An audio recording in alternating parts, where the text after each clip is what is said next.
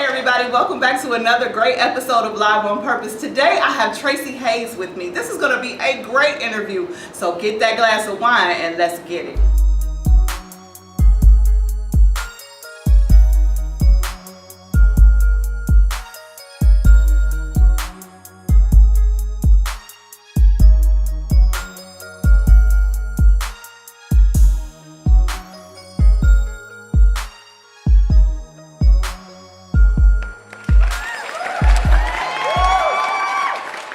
Welcome back everybody. We are here live with Tracii Haze. Welcome to the show. Hey. I'm glad you could join us because you are out here doing the daggone thing. So you do many things. Tell us about what you do. Yep.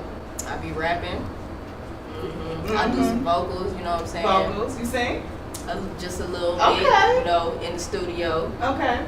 A little bit. If you need to. If I need, lay it down. I lays it down. Okay. Yeah. Okay, I love it. Okay. Yeah. You do shows though. You I perform? do, yes, I do shows. What was your last show? My last show, Project Pack. Was that the last one? That was the last one. I'm talking to people. You can't see the camera. Oh Lord. Our manager is over there. Yeah. Don't worry about it, y'all. This is gonna be a fun interview. Trust It me. is. Just flow with us. Just flow with us. Yes. So with the Columbus, Project Pack asked me to come down. He was promoting his mixtape. Okay. That was about drugs and stuff. And yeah, killed that. Ooh, probably should see. Look, You killed it. Though. Yeah, I You killed it. You I killed it. Yeah, it was a great show. So that was my last show. It was a few months ago. Can't remember exactly when. I don't do too many shows. Try not to oversaturate.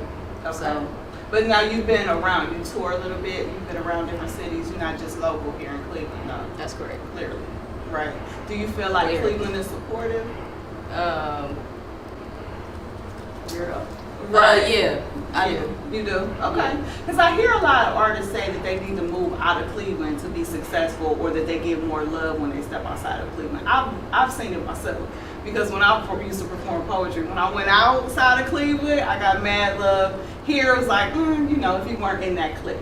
So, just wondering. I feel like it's common for people who see you on a regular basis to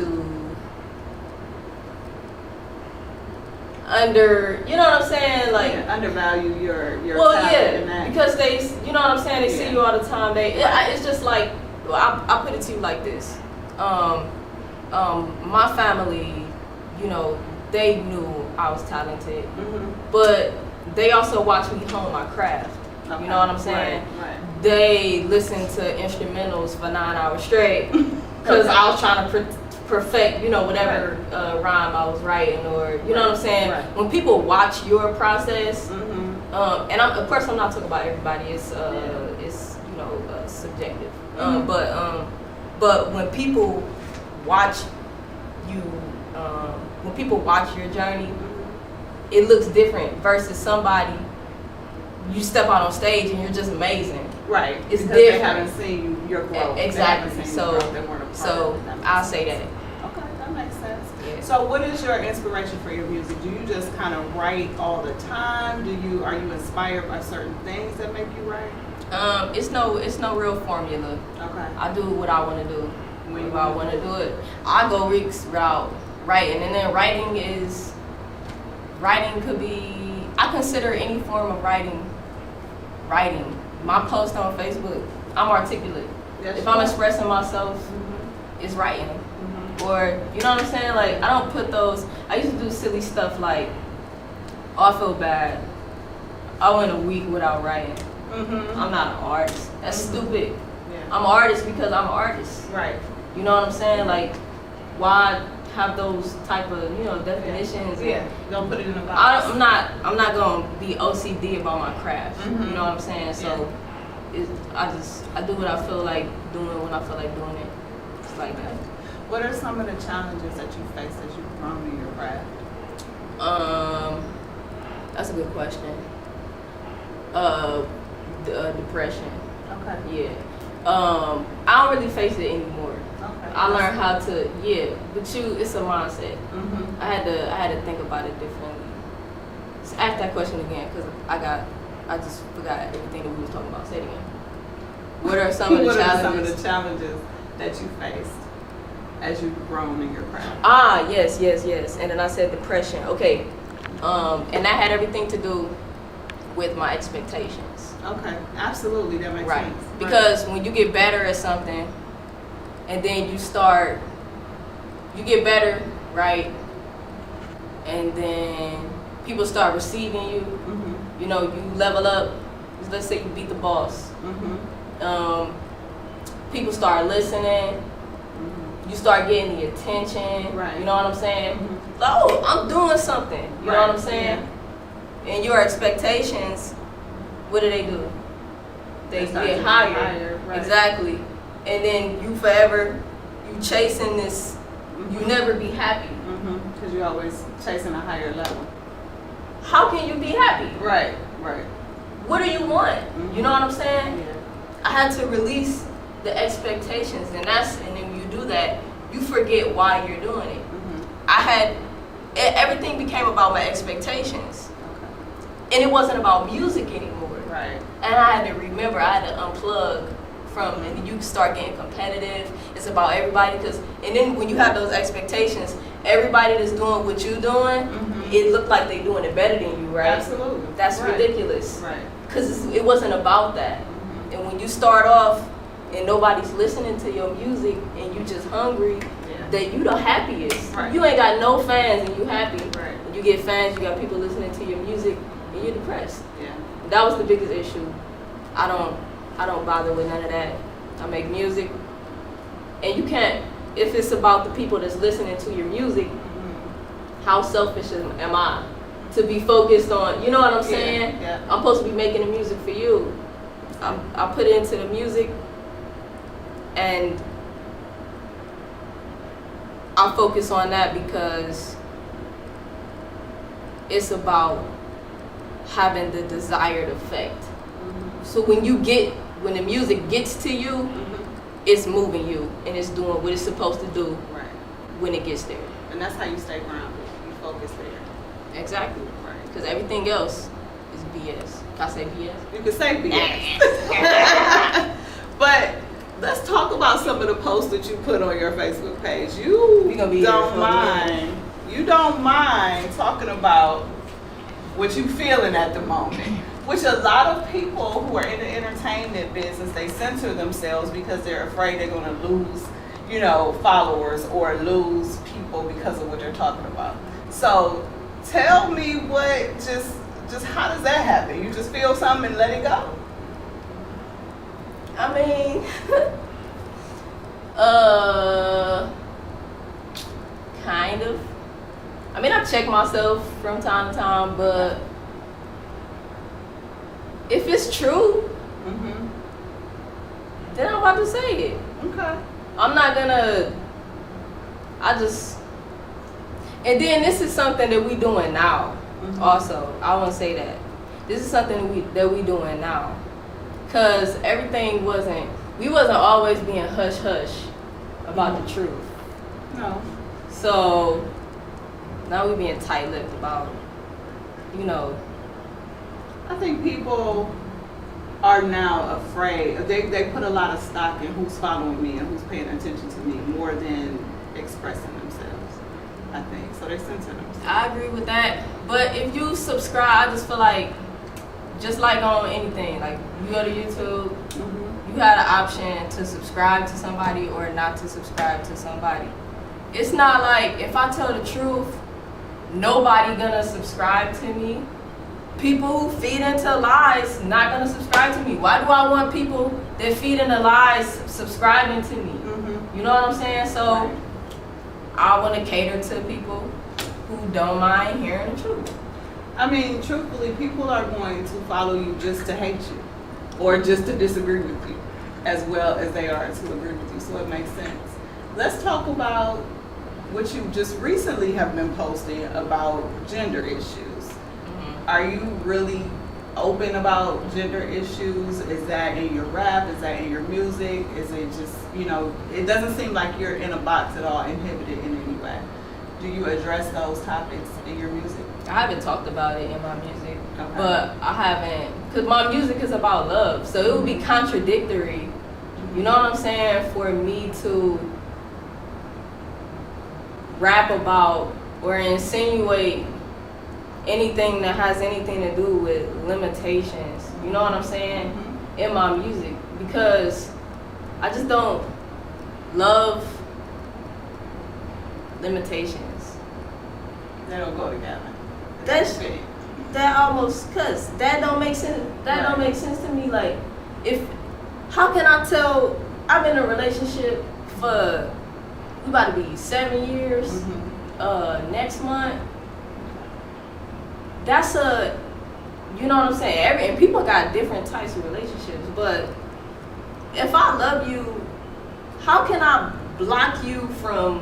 You know what I'm saying? Like, and tell you that you can have me, but not this part. Or you can have me, but not this part. Or I'm gonna let you in, but not this far. Right.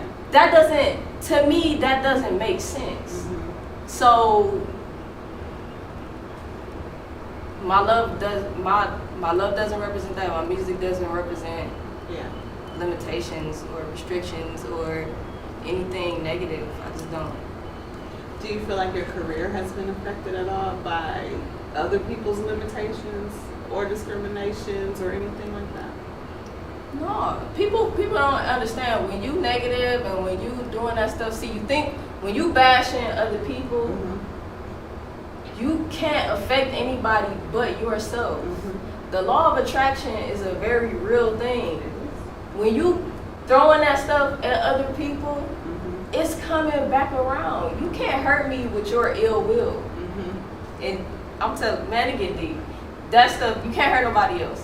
What ends up happening is, if you speaking ill against me, and I let you, if I let that in me, it's like, that's like a cancer, you know what I'm saying? Right. If I let you affect me, but that's me though, you know what I'm saying? So it's not really you that's doing it. Right. It's me Because doing you it let to it myself. I have to protect myself. Right. So when people do that, like, no, your hate, that's self-hate. You can't hurt me with it. Right. Because I'm good, I have peace. Mm-hmm. You can't help, you don't, I'm not worried about that. Okay. Tell us about RR&B. Rhythm, rap, and blues. No, I'm just playing. Okay, so it is rhythm, rap, and blues. Yeah, it's Got it. it's R&B for short. Right. Okay. Yeah, so rhythm, rap, and blues. Got it. Yeah. Okay. Man, it's beautiful. Okay. Yeah. What is it? Tell us about it. What does it embody? It embodies old school R&B, funk, new school, lyricism, love. Of course, it reflects my lifestyle. It's very true to who I am as a person. You know, and I've said this a few times, and I'm gonna keep saying it because it describes this project in one of the best ways that I could describe it. I personally, just people, R&B is such a beautiful sound, and over the years, it has completely changed. True. It has changed. When I think about R&B, I think about Erykah Badu, I think about Jill Scott, I think about, that neo soul, that, right. and I'm not claiming to have, embodied, what these artists can do, on those, projects. Because like I said, I did some vocals on it, but I'm a rapper. But I feel that over the years, hip hop and R&B kind of did this thing where they kind of like, they fused. Like, well, I don't want to say exactly when because I don't want to be like incorrect in my facts, but we started hearing, rap songs with the R&B hooks, and we just started blending and stuff like that. And hip hop or rap or whatever was definitely affected by R&B. But R&B, I feel, was changed by rap. And it's not the same. It sounds very hip hop. It doesn't have that smooth, that, you know, it doesn't, exactly, it's not that so anymore. So when I had the idea for Rhythm, Rap, and Blues, I wanted to do that project. Well, actually, I wanted to create a body of work that I could perform from beginning to end with a live band. Okay. That was because, you know, everything now is so digital and electronic and stuff like that. So I want a body of work that I could do with a live band, just live instruments. If I had to, just from beginning to end. That was the original, you know what I'm saying? But I wanted to manipulate my sound. I wanted to change me to fit R&B, and not change R&B to fit me. Right. And I started with the Gap Band. Okay. I went back. I didn't start in the 90s. I started with the Gap Band. Okay. And that's my intro. And I worked my way up all the way to Tracii songs. It's 11 songs long, and it's soul. And it's dope. And I did not compromise. I'm very much a lyricist, and I put love in hip hop, and it's dope. It's real dope. You think a lot of rappers compromise their lyrics just to sell music? Or do you think a lot of rappers don't have content? I think a lot. I think both. I think both. But I used to think I used to think rappers just couldn't rap. But then I would come across stuff, and I would be like, I would be mad. I would be like impressed. Yeah. And then I figured out, not that, because I really still, I gotta be honest, I really still, to a great degree, I'm sure, I don't really know exactly what's going on, but I have a clue, you know what I'm saying? Yeah. It's, it's about money. Right. But yeah, it's my money. Right. Right. But I thought they was whack. Yeah. But when they really wrote some good stuff, it's just about money. Sales, right. Yeah, it's like, yeah.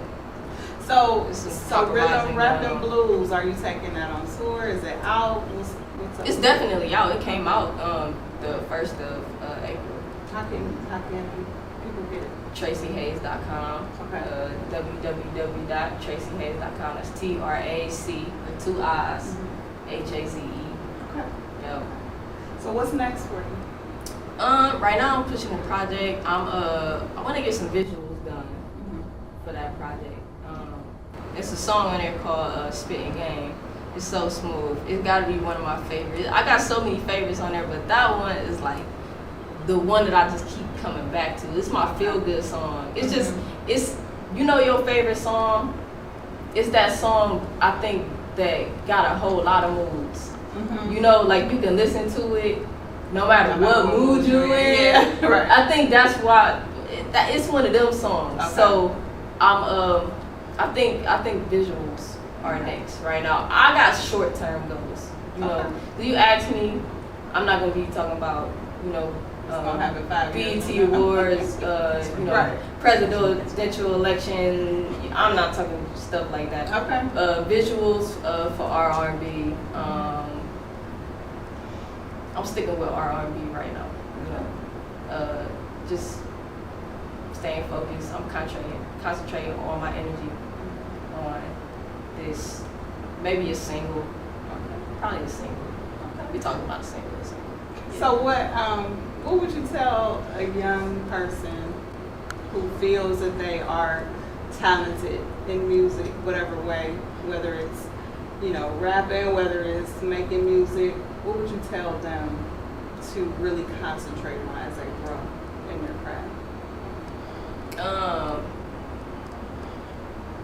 Man, I probably wouldn't tell them nothing for real.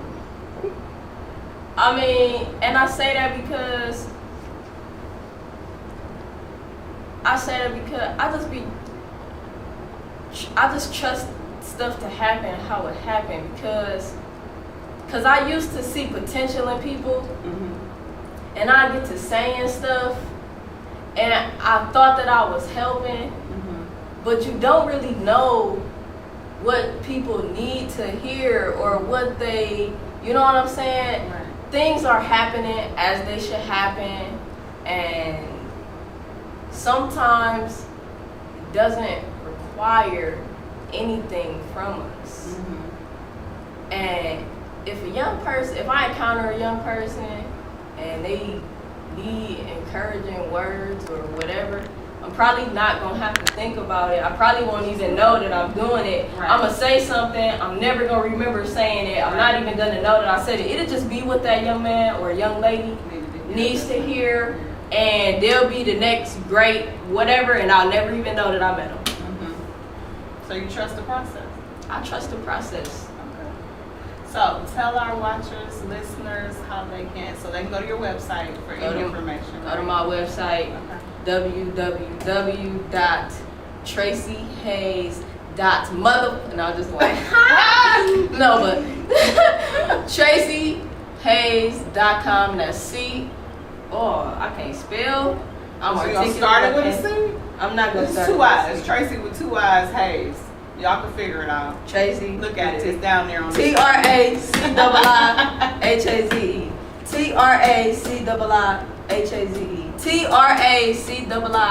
Tracii. And you know what I think I'm gonna start? You must do that at your shows, like you got that down. I do it a lot. I'm not gonna lie, I do it a lot. You know what I think I'm gonna start doing? Because I be seeing on Facebook on them things when people be like, if you don't type amen or no, look, if you don't go to Tracii Haze, if you don't go to traciihaze.com, a ghost gonna sit on the side of your bed tonight. And but if you do go to traciihaze.com, why people fall for that? Good. People be good. it, No it ghost really tonight. works. It's good. The ghost gonna sit on the side of your bed if you don't download RR&B at traciihaze.com. Okay, so I had so much fun interviewing with you today. I appreciate you being on the show. Any last words for everybody? Tracii. Make sure you go to her website. We'll be back with my final thoughts in a second.